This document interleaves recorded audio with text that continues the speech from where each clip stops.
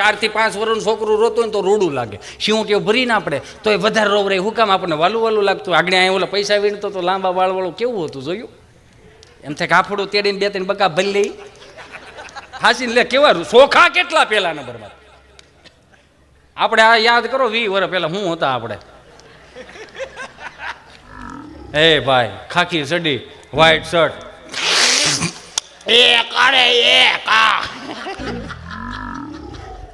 સાહેબ કેતા બે ભાઈ તારો એકડો જો ઘેર. અત્યારના છોકરા સોખા કેટલા આપણને એમ થાય.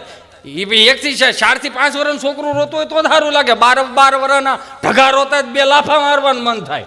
હમણાં એક મારો ભત્રીજો રોતો આવ્યો, એવું મને સાહેબે માર્યો. મેં પણ હું કામે માર્યો? મેં હામો માર્યો તો.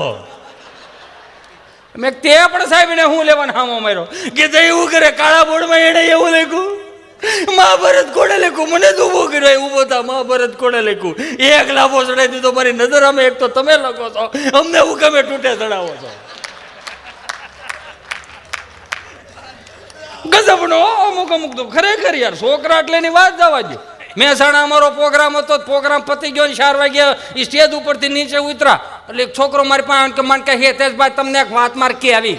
હું મને કે તમે પતિ પત્ની જોક શું લેવાનું કરો? તમારી પાસે બીજા કોઈ જોક્સ નથી. મેં છે ને મને કે તો પતિ પત્નીને શું લેવાનું કરો? મેં 20 વર્ષ વ્યા જાય, ભાઈ કદાચ નહીં બોલે, 15 વર્ષ વ્યા જાય, બાપ દીકરો કદાચ નહીં બોલે, 10 વર્ષ વ્યા જાય, હોવ કદાચ નહીં બોલે, પણ પતિ અને પત્ની આ 2 જ નકતા પાત્રો એવા હવાર બાધે હાંજે પેડા લઈ જવો કઠી ખાતા તેવી સસ્તું સમાધાન કરી નાખ્યા. એટલે કેવું પડે. મને કે તો પતિ પત્ની તફાવત હું? મેં ભાઈ એ મને નથી ખબર. મને કે ભાઈ ગમે એ તમે મને આપો. મેં જો 10 રૂપિયાની બોલપેન લે ને એ ઉપરનું ખોખું હોય ને પતિ કહેવાય, અંદરની રિફિલ હોય ને પત્ની કહેવાય, તો જ સંસાર સરખો ચાલે. મને કે જવાબ તો મારે પાસે રહેવા દો ભાઈ. મેં કાં? મને કે ભાઈ એક ખોખામાં 4 રિફિલ હોય. મેં કીધું આવડા માર ખવડાવશે આપણને, અહીંથી નીકળો અહીંથી. ગજબના અમુક છોકરા છે, પરસેવો વળવી દે. અત્યારના છોકરા એટલે કઈ જેવી તેવી નહીં ભાઈ, ગજબ એમ. પણ એક છે, આપણે જ્યારે આંગળી પકડતા આપણને બાન દાદા મંદિરે લઈ જતા ત્યારે આપણને રાધે રાધે કરતા પહેલા એને શીખવાડ્યું, જય શ્રી કૃષ્ણ કરતા પહેલા એને શીખવાડ્યું, નમન કરતા પગે લાગતા એને શીખવાડ્યું. અને અત્યારની માવડિયું કેવું કરે, છોકરું ન રહેતું ને એટલે ટીવીનું રિમોટ અને મોબાઈલનું ડબલું પકડાઈ દે. અરે મારી માં, એને ક્યારેક સમય આવશે ને તો એને ક્યારેક હારા મંદિરે લઈ જાઓ તમે એને, અને ક્યારેક તમારો સમય આવશે ને તો તમારું બાવડું પકડીને ક્યારેક એ મંદિરે લઈ જાય ને એ તમને રાધે રાધે કરતા તે દિવસે એમ કે બા અહીંયા પગે લાગો. અમુક માવડીઓનું ઓવર રિએક જ એટલો ને, પરેશ રાવલ બુલંદીના ફિલ્મ જેવો આખો દી વાતું ન સંભળાય ને ત્યાં સુધી મજા ન આવે. 1.5 ફૂટનું પેપલાય ગયેલું હોય ઓયલું સીંટું, હાલી ન હકતું હોય. 5 જણા હોય ને ઘરમાં એ એકલો હોય, ઓયલો તેડા આ મૂકે તો ઓયલો તેડા હાલતા કીધી શીખે. એને હેઠું રેઢું મૂકો ભાઈ. અમુક ને બિચારા 8 વાગે ટિફિનનું ડબલું લઈને વ્યા જાય ને હાજે તમને કોઈ ગામને ગોળીઓ પાતા ઘેરે આવે અને આમ 2 ડોલ દબાવે, દરવાજો ખુલે, હામાં ભોળી ભવાનીમાં ભોળી ભવાય હામાં. અને એ પછી જેને આખો દીની વાતો આમ ઓલો ઉમરે ઉભે હો ઠાકો પાકો હાવ મોઢું આવી રીતે આમ શું છે બોલ. પણ વાત જ કઈક એવી છે ને, પણ વાત છે એવી. આપણું ચીટું છે ને,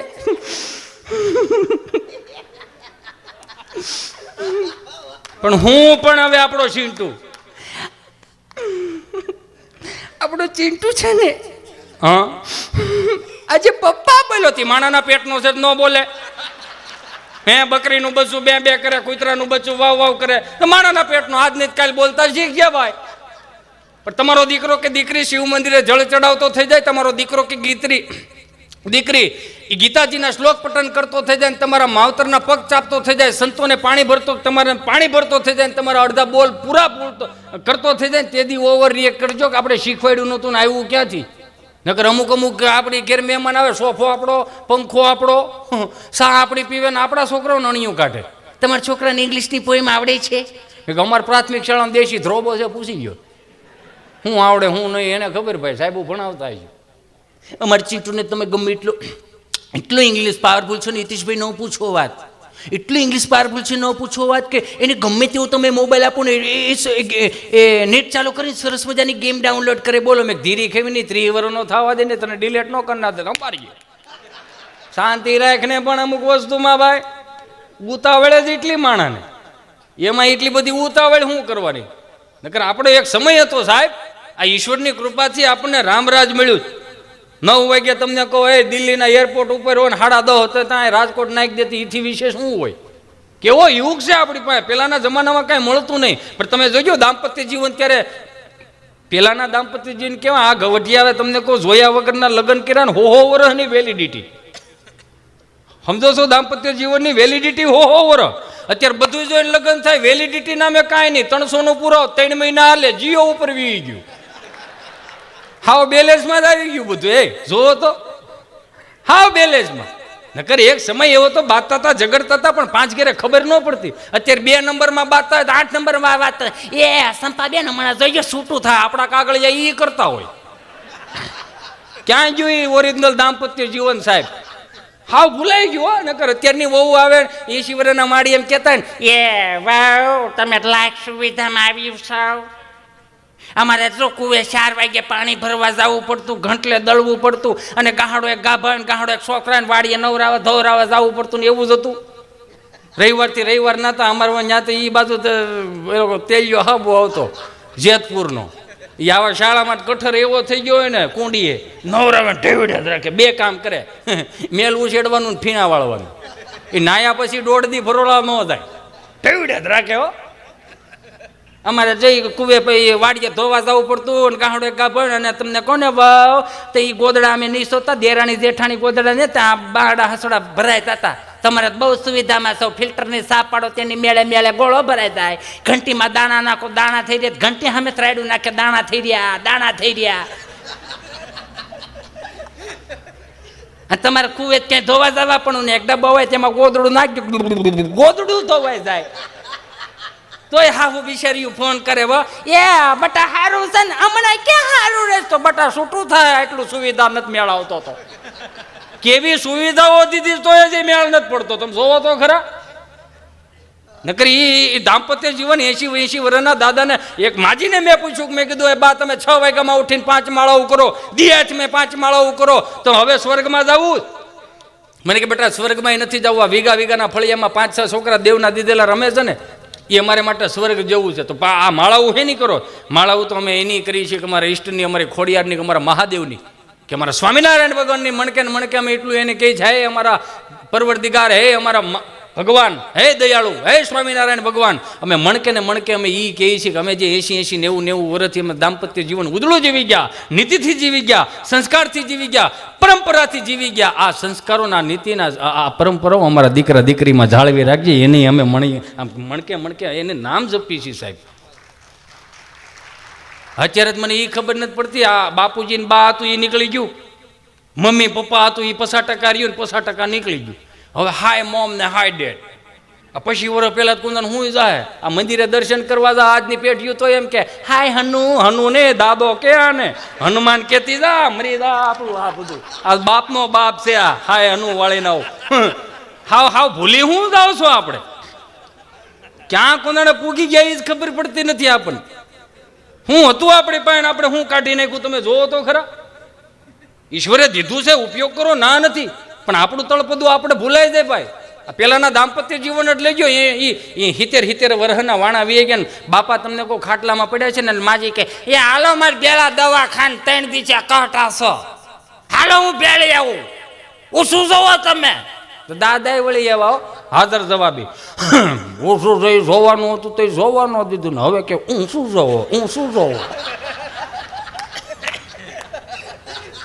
2 બગડાટી બોલાવ્યો, પરેણે લઈ ગયા દાદાને, હાલામ બાવડું પકડીને માજ્યામાં, હાલા હું બેળી આવું દવાખાને. એ રસ્તામાં આયલા જતા છે ને, તો ઓલા દવાખાનાના પગજ છે ને, એટલે મારી કે એ ધીમે ધીમે હાલ જાઓ, પગજ છે સુકાઈ જાય નહીં.